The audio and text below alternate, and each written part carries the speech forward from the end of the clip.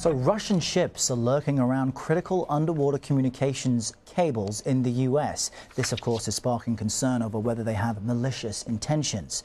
Russia has yet to comment on why the ships are close to the cables, but Western officials are troubled by the move because these cables facilitate calls, emails, texts, and financial transactions around the world. For more, we turn to Christopher Bray in Austin, Texas. He's a senior vice president at the consumer division at Cylance. These tensions between Russia and the U.S. have been increasing lately. So in your view, why would Russia want to directly interfere with these communications cables, and what would that interference look like?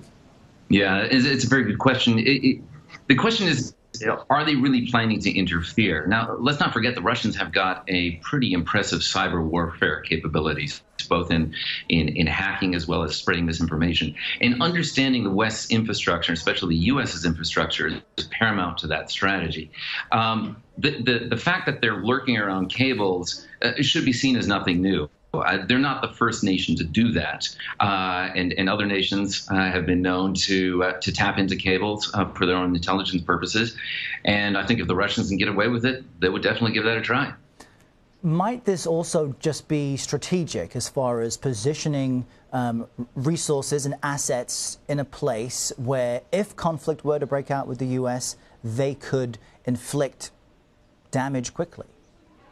Yeah, but I think the likelihood of a hot conflict between the U.S. and the Russians is very, very low. The Russians are very experienced at brinksmanship and have been doing this for a long time. We go back to the Cold War. Yeah. But I think the fact that they're poking at the U.S. or putting their finger in the eyes of the U.S. is not unusual or out of the ordinary. We're seeing all sorts of provocations.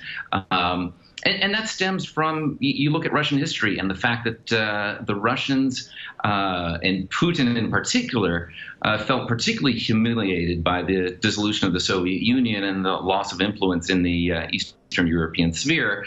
So Russia is doing its best to establish itself as a global power and go for that respect and fear they feel that they deserve.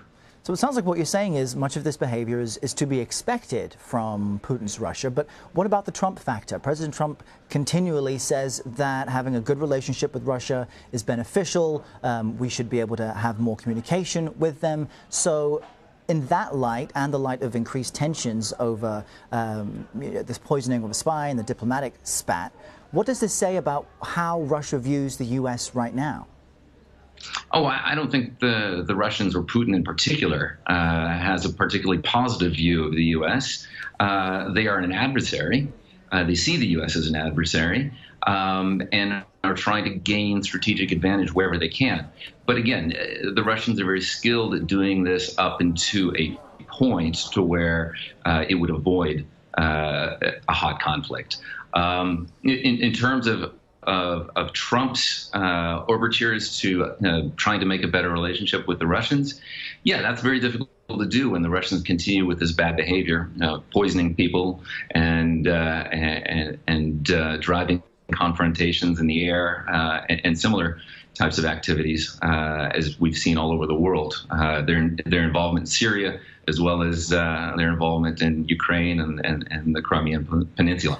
You've mentioned a few times that Russia, of course, wants to avoid a hot war. They would lose going up against the U.S. But as we saw with election interference, they can strategically spend a very little amount of money to just nudge U.S. elections and decrease trust in them. What other tactics should the U.S. be aware of right now? Yeah, so I wouldn't underestimate their cyber warfare capabilities, as well as their misinformation capabilities and their propaganda capabilities. And this goes all the way back to the Cold War. And let's not forget that Putin is an experienced and seasoned Cold Warrior.